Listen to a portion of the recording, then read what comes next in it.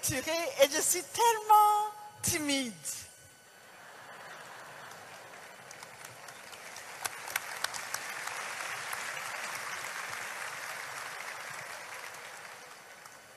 Son Éminence, Monsieur le cardinal Ouellet, quand j'ai eu votre lettre, je me suis dit, est-ce qu'on ne s'est pas trompé? Est-ce que franchement, on sait au moins ce que je fais? Ça fait une année que j'ai eu votre invitation. Merci de tout cœur. Merci de ce défi. Mais il me reste un grand problème. C'est la sœur Francine et Monseigneur Pichet. J'ai désobéi. Je n'ai pas donné le texte.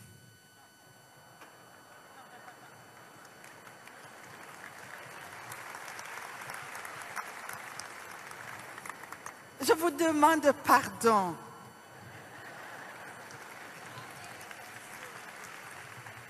Pourquoi ne pas donner le texte? Je suis ici, mes chers frères et sœurs, devant ces cardinaux, devant ces évêques, ces religieuses, ces religieux, toutes ces personnalités. Je suis devant vous, mais je représente l'enfant de la rue, l'enfant soldat, l'enfant qui connaît tant de misère, la maman violée du Congo, de l'Est du Congo, la maman qui a été dans la guerre au Burundi. Comment témoigner de l'Eucharistie en plein milieu du monde et l'écrire sur une feuille?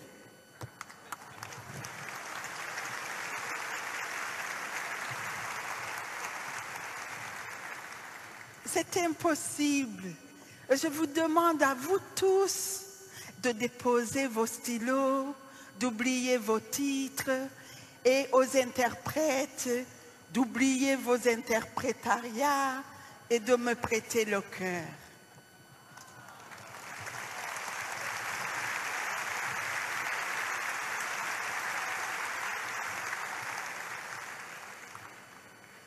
Je viens d'un pays le plus petit, l'oublié. Et dernièrement, on a écrit à la Banque mondiale qu'il est le dernier pays le plus pauvre. Donc, le 177e pays au niveau de la richesse, je ne sais pas quoi. Et moi, devant la Banque mondiale, le président de la Banque mondiale, j'ai dit non, nous ne sommes pas les derniers. De quelle richesse vous parlez? Je viens témoigner de l'Eucharistie en plein milieu du monde, dans un monde où les valeurs eucharistiques n'existaient pas, où il faut être dans les catégories des pays riches. Et vous ne cessez de sangloter sur l'Afrique. Dans toutes les conférences, sauf aujourd'hui, où vous m'avez donné la parole. Merci beaucoup.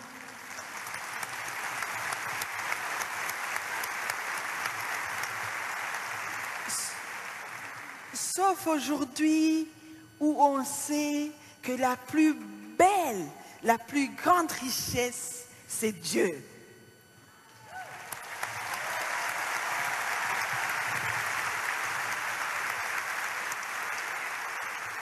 Où on a osé réunir toutes les personnes, de toutes les catégories, et à terminer par quelqu'un qui n'a aucune catégorie.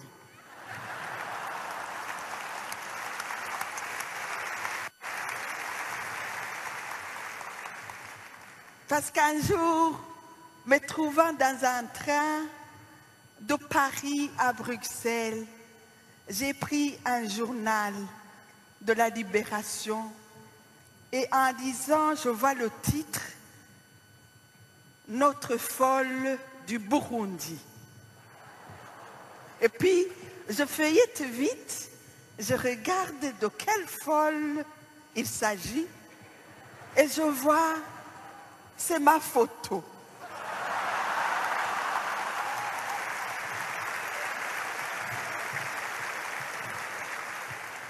Et puis, le voisin du train, parce que je regardais, il a vu le texte, et puis me dit, « Ah, c'est toi la folle ?»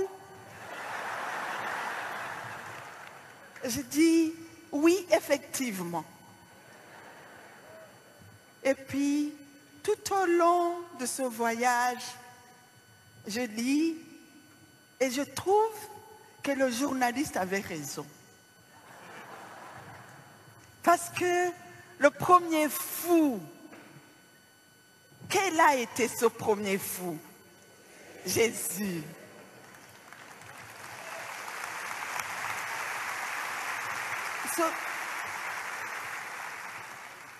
Cela dit, cette folie est née d'une révolte.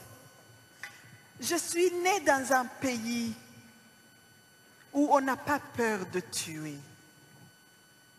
On a tué le seul pays au monde, le nonce apostolique. On a tué un archevêque. On a tué le représentant de l'UNICEF. On a tué le représentant de l'OMS. Et ce jour-là, ma vocation est née le 24 octobre 1993, où, croyant que j'étais chrétienne forte, j'avais protégé les gens.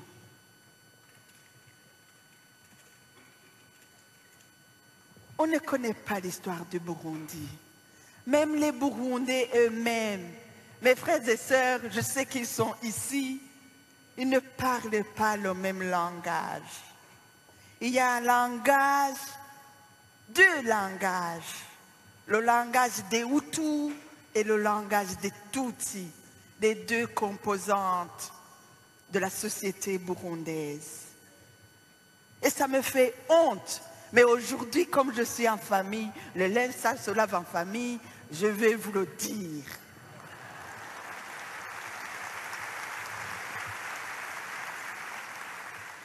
Et les Burundais qui sont ici, s'ils sont Tutsis comme moi, ils vont être déçus. Ils vont dire, encore une fois, elle va nous trahir, cette maman. Comme ce commandant de l'armée qui m'a retrouvé un jour en train de sauver les bébés des mamans rebelles Hutus, et moi je suis Tutsi, m'a regardé, m'attrapant, voulant me mettre en prison, et puis à la fin dit, tu es la punition directe que le bon Dieu nous a envoyée.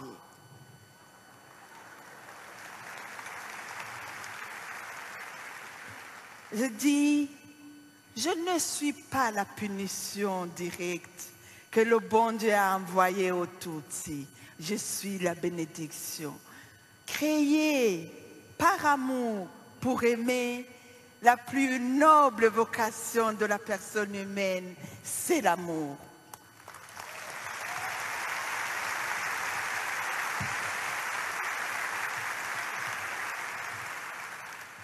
Ce jour où un rebelle Hutu m'a attrapé un chemin et m'a dit avec une arme, agenouille-toi. Et j'ai dit non.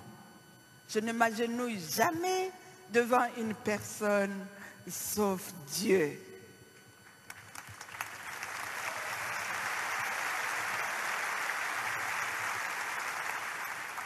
Alors, il m'a dit, tu ne veux pas t'agenouiller? Je vais tirer sur toi. Mais c'était un jeune qui avait 17 ans. Il avait un chapelet. Et puis, je dis, ah tiens, je vais m'agenouiller, mais vous me prêtez le chapelet parce que j'ai oublié le mien.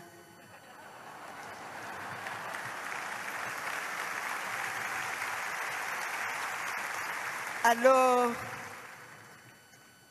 il a dit, on va réciter le chapelet, agenouille-toi aussi. Et puis,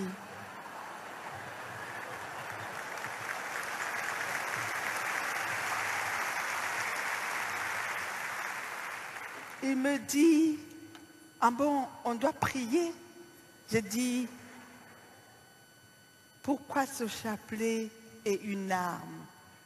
Ça ne va pas ensemble. Mais je vais te dire une chose. Va remettre cette arme à celui qui te l'a donnée. Viens avec moi. Je te donnerai une autre dignité. Je vais te faire un enfant de la maison Shalom. Et aujourd'hui, c'est mon chauffeur.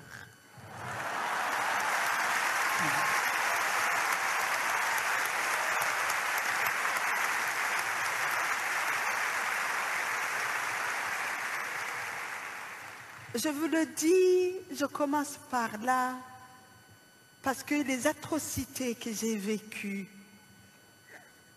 si humainement j'avais pris ça dans mon cœur, je serais déprimée. Vous savez, j'ai protégé 72 personnes. C'était des Hutus et moi je suis Tutsi. À l'évêché de Ruyigi, ce jour du 24 octobre 1993, qui a fait 2 mois aujourd'hui, cette femme révoltée. Et puis, les Tutsis, mes frères, quand ils sont arrivés, m'ont obligé, m'ont attaché et les ont assassinés devant moi. Quand ils m'ont posé les questions, qui m'ont dit de livrer ces personnes, j'ai dit non. Avant d'être Tutsi, je suis d'abord chrétienne.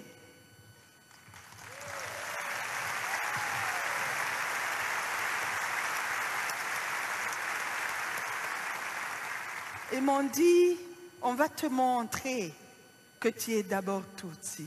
Je dis, je ne suis pas d'accord. Tutsi, je ne l'ai pas choisi. Je suis Tutsi. Mais chrétienne, oui. J'ai choisi d'être chrétienne. Je peux renier mon baptême, mais je ne peux pas renier mon ethnie. C'est stupide de haïr les gens à cause de leur ethnie. Mais ce dont je suis sûre, c'est que l'amour triomphe toujours. Et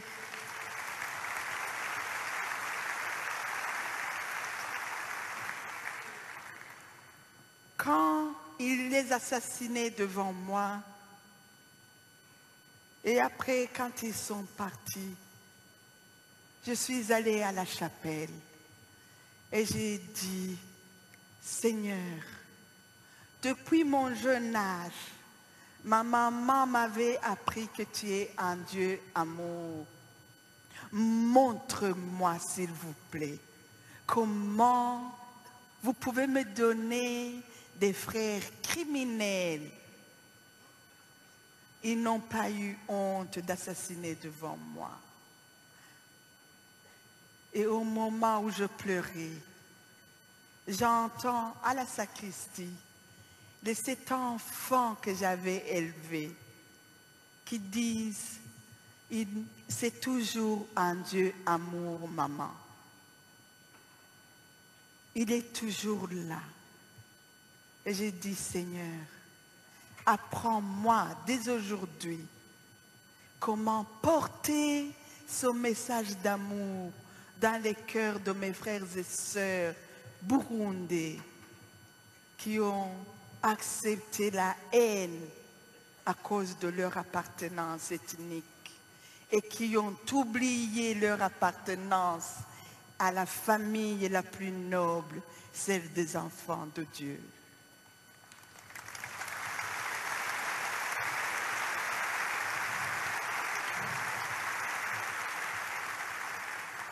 Alors, dès aujourd'hui, de ce jour-là, j'ai pris 25 enfants, j'ai fui, mais avec une idée que Dieu est Dieu, que le reste n'a aucune espèce d'importance pour moi. J'ai recréé cette maison Shalom, où j'ai mis des enfants Hutus et Tutsis, ensemble, Congolais aussi. Et j'ai dit aux enfants, votre ethnie, elle s'appelle Shalom.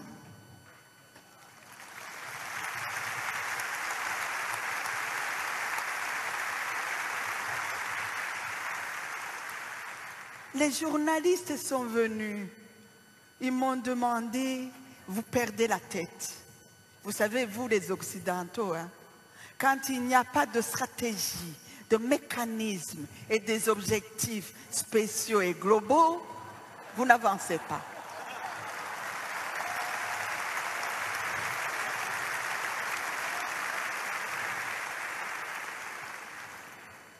Vous voulez bien faire confiance en Dieu, mais il faut d'abord avoir des assurances, la sécurité pour au moins 100 ans.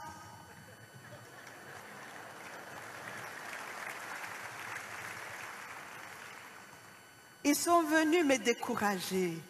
Ils ont fait même des reportages. Et le premier reportage, dans le Géo, ils ont écrit « Une sainte en enfer ». Et puis, ils ont terminé en disant « On verra bien. On verra si cette femme ne va pas déprimer. » Malheureusement, ils viennent de faire un autre article 10 ans après. Ils ont dit « Maggie mérite le prix Nobel de la paix ».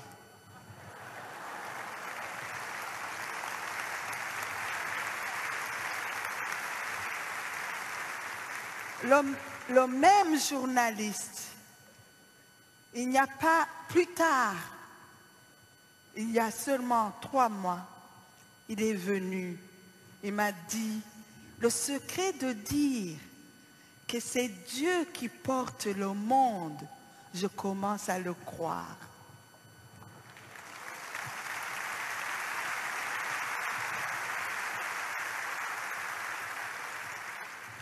Les évêques sont venus chez moi. Ils m'ont dit, c'est quelle spiritualité ça?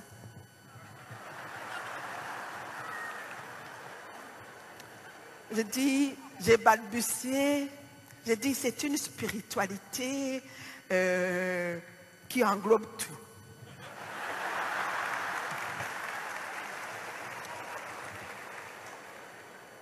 Ils m'ont dit, attention, il faudra peut-être créer une congrégation. Et j'ai dit, ah, je vais les donner ces enfants. Ça ne fait rien. Les familles sont des congrégations et je les donnerai aux congrégations religieuses, mais pas question que ce soit des orphelinats. Alors, ils m'ont regardé, ils ont dit, elle perd la tête. Mais aujourd'hui, voilà, vous m'invitez, et ce sont des évêques qui m'ont invité.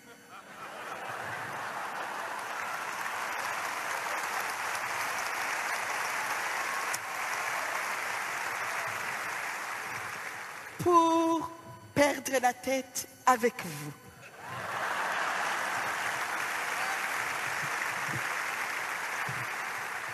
Et je vais terminer par là. Est-ce que nous aurons l'audace de perdre la tête dans l'Eucharistie?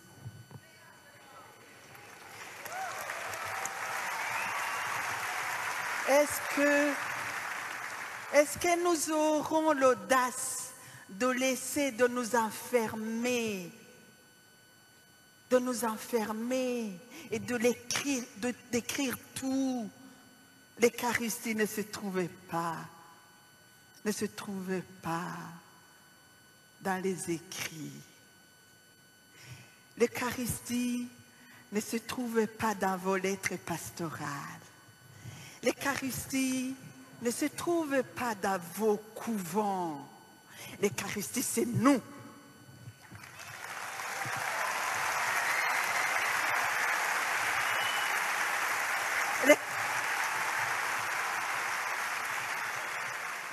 L'Eucharistie, il est dans le marché. Ayons l'audace d'ouvrir nos évêchés et d'aller dans les marchés. Ayons l'audace d'ouvrir nos familles et d'aller vers les autres. Et voilà, je vais conclure, parce qu'elle est là, elle me l'avait dit, en vous disant, comme ce chant de John Littleton, allez-vous-en sur les places et soyez mes témoins chaque jour.